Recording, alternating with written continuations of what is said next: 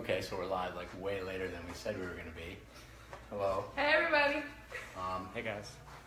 We were trying to figure out what to talk to you guys today about. So we were talking about maybe upper spinal floor twist or quad stretch or anything with golfer's grip in it. And I think Katie wanted to do some golfer's grip stuff, right? Yeah, because you're talking, right? I mean, I don't think anyone wants to listen, but I'll talk. So golfer's grip, it's an important, I don't know if you guys, some of you that have been around know what it is. It's that hand position that we use primarily for arm circles and elbow curls. Sometimes we'll use it in some of the other exercises. Yeah, like this. It looks kind of silly. Golfers are like, how's this the golfer's grip? And I don't really know the answer to that. Do you know the answer to that, Because John? you hold the grip in your fingers. Oh, right. Hold the grip like that, not in your palm. Oh, I gotcha. So you're modified golfer's grip because your fingers are curled, but you're not big knuckles. That's why I play miniature golf. Anyway, I don't know how Pete knew that to make that up. Jack No, he doesn't even play golf. Right, exactly. He hates golf, as a matter of fact.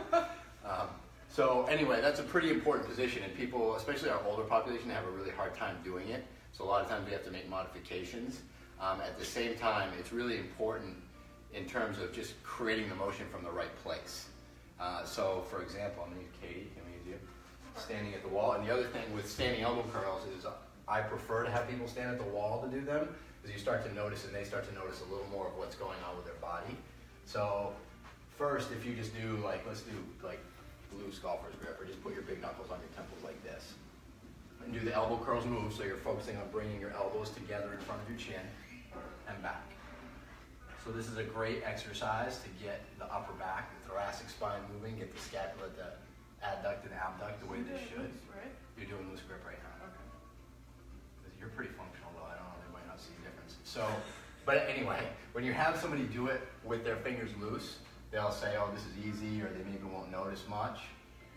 And then when you have them go into that golfer's grip position and really keep that knuckle position tight, and also make sure their wrists stay locked with their forearms. So this is all one lever, and they're pivoting from their knuckles. Now go ahead and try to do that, and make sure you maintain contact with their upper back on the wall.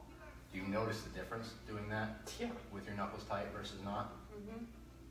My upper back kind of wants to pull off the wall a little bit. Yeah, I can even see it in your body. It's a little more straight. I'm on my toes more, as opposed to this. So this is something, and it's a great teaching point for like a new client, or even a client you've had for a while that's been doing this and it's easy, and then you start to really refine that position. You'll start to notice the changes. Oh, it's because of your ponytail. Definitely my ponytail. Yeah, otherwise it would have been easy. And what that does, or the way I explain what that does, is that tight knuckle position and tight wrist position sort of, I'll call it lock your arm as one unit, so that when you're moving back and forth, you're getting that motion strictly from your upper back and shoulder girdle, rather than getting any excess rotation or any movement from your forearm or your wrist. Which would be what? Compensation. Right, we don't want compensation. Nice. So I don't know, that was just a quick thing we thought of. Do you have any questions about that, or any other things you see in people when they do that? Probably the other big thing, you guys can't see it from the angle. Yeah, people, they might keep their knuckles tight and their wrists will bend, and you got to coach them. Oh, they'll turn. That's the other big thing, is they'll be like, oh, this is easy, and they're doing this, and it's not all of forearm movement, but there's a lot of forearm movement in it. The other thing is the side view, when you got them standing with their back to the wall. Like their upper back will come off the wall, their butt will come off the wall, their heels will come off the floor. So those are all things you want to kind of coach them through and watch for, especially people who say it's easy. Usually if you find an easier way to do something in here, you're finding a way to compensate. I'll say compensate instead of cheat. Sounds better. We got maybe a minute or two more. Do you want to do 1 minute? John's got 1 minute. He's got a Skype appointment. He can't be late.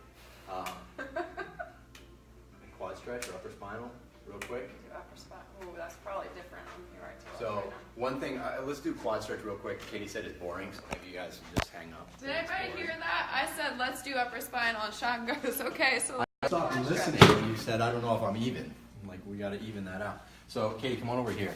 Mind me way. Quad stretch is boring. How come it's boring? I just meant for them to watch. For them to watch. Not to do.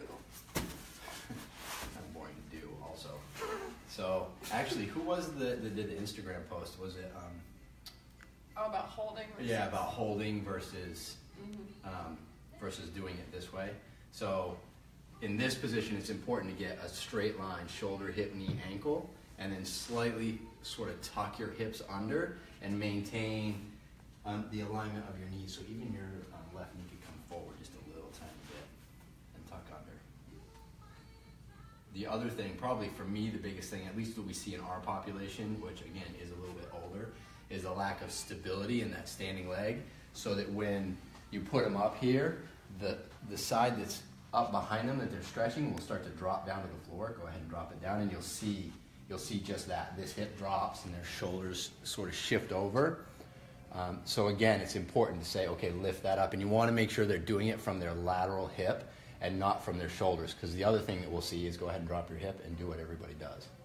Yeah, they'll be like pulling this shoulder up or shifting over to the side. They'll do all kinds of crazy stuff with their upper body to sort of try to create that nice even hip position. Go ahead and switch sides, because we probably have about 20 seconds left. Done. John says I gotta go.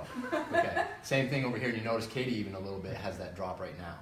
So up there, and make sure that straight leg is straight. And again, just tuck under a little bit. Talk more. More.